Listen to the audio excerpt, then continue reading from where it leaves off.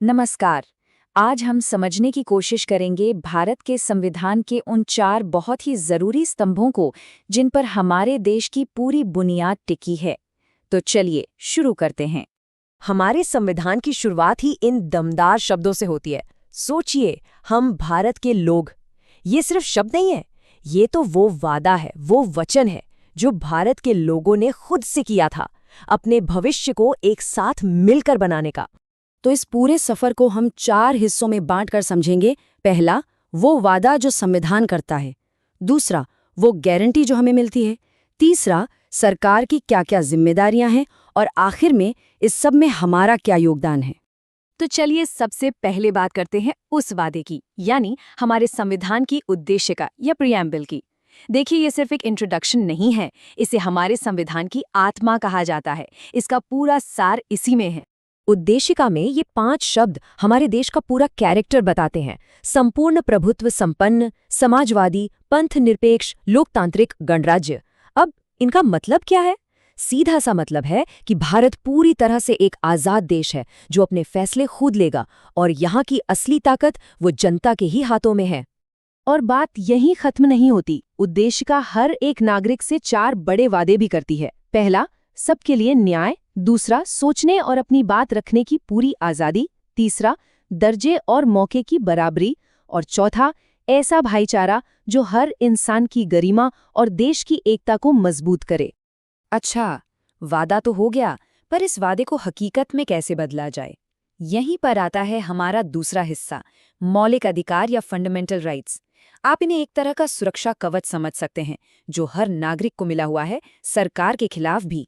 और मजे की बात यह है कि ये अधिकार सिर्फ कागज पर लिखी हुई अच्छी अच्छी बातें नहीं हैं।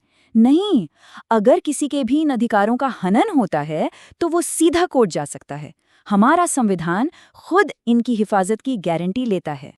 अब ये जो अधिकार हैं, इन्हें मोटे तौर पर 6 कैटेगरीज में बांटा गया है। ये बराबरी के अधिकार से शुरू होते हैं और संवैधानिक उपचारों के अधिकार तक जाते हैं।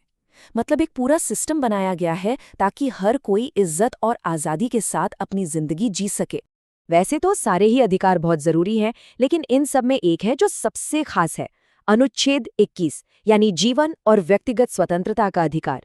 इसे मौलिक अधिकारों का दिल भी कहते हैं। इसका सीधा सा मतलब ये है कि कानून की तय प्रक्रिया के बिना किसी से भी उसकी जिंदगी या उसकी आज़ादी नहीं छीनी जा सकती। और इससे पता चलता है कि हमारा संविधान कोई पत्थर की लकीर नहीं है, बल्कि एक जिंदा दस्तावेज है। जैसे बाद में अनुच्छेद 21A जोड़ा गया। ये क्या कहता है? ये 6 से 14 साल के हर बच्चे को मुफ्त और अनिवार्य शिक्षा की गारंटी देता है। ये एक बेहतरीन मिसाल है कि कैसे हमारा संविधान वक्त और देश की ज़रूरतों के हिसाब से खुद को ढालता है। तो चलिए अब कहानी के तीसरे हिस्से पर चलते हैं, राज्य की जिम्मेदारियां, जिन्हें हम डायरेक्टिव प्रिंसिपल्स भी कहते हैं। अब ये क्या है? इनको आप सरकार के लिए एक कंपास की तरह मान सकते हैं, जो हमेशा उसे सही दिशा दिखाता है कि देश को किधर ले जाना है। तो एक सवाल उठता है कि मौलिक अधिकारों और इन निदेशक तत्वों में आखिर फर्क क्या है? देखिए, फर्क बहुत सीधा है। मौलिक अधिकारों के लिए आप कोर्ट जा सकते हैं, वो लीगली एनफोर्सेबल हैं। लेकिन निदेशक तत्व जो हैं, वो सरकार के लिए सिर्फ गाइडलाइंस हैं। कानून बनाते वक्त सरकार से उम्मीद की जाती है कि वो इन्हें ध्यान में रखे, पर इन्हें लागू करवाने के लिए आप कोर्ट नहीं जा सकते। ये सिद्धांत असल में एक बेहतर समाज का ब्लूप्रिंट है। इनमें बहुत सारी बातें हैं, जैसे गांव की पंचायतों को ताकत देना, हमारे पर्यावरण की रक्षा करना, और तो और दुनिया भर में शांति और सुरक्षा को बढ़ावा देना। और अब आते हैं इस समझौते के आखिरी और बहुत ही अहम हिस्से पर, हमारा योगदान, यानी हमारे मौलिक कर्तव्य या फंडामेंटल ड्यूटीज। क्योंकि देखिए, संविधान सिर्फ हमें हक नहीं देता, वो हमें हमारी जिम्मेदारियों की भी याद दिलाता है। हाँ, ये मौलिक कर्तव्य भी मूल संविधान में नहीं थे। इन्हें बाद में अनुच्छेद 51A के तौर पर जोड़ा गया, और इसका मकसद सिर्फ एक था, हर नागरिक को ये याद दिलाना कि अधिकारों के साथ साथ जिम्मेदारियां भी चलती हैं। ये हक और फर्ज के बीच एक बैलेंस बनाने की कोशिश है। इसे हम सब के लिए एक शपथ या एक वादा मान सकते हैं।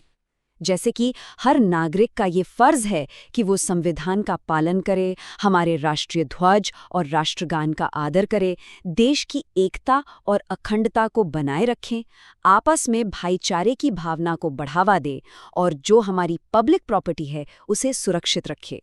और ये पूरी बातचीत हमें एक बहुत ही जरूरी सवाल पर लाकर खड़ा कर देती है, क्या अधिकार और कर्तव्य सच में एक ही सिक्के के दो पहलू हैं? हमारा संविधान एक तरफ हमें मजबूत अधिकार देता है तो दूसरी तरफ वो हमसे ये उम्मीद भी करता है कि हम देश को आगे बढ़ाने में अपना योगदान भी दें। ये एक ऐसा सवाल है जिस पर हम सबको सोचना चाहिए।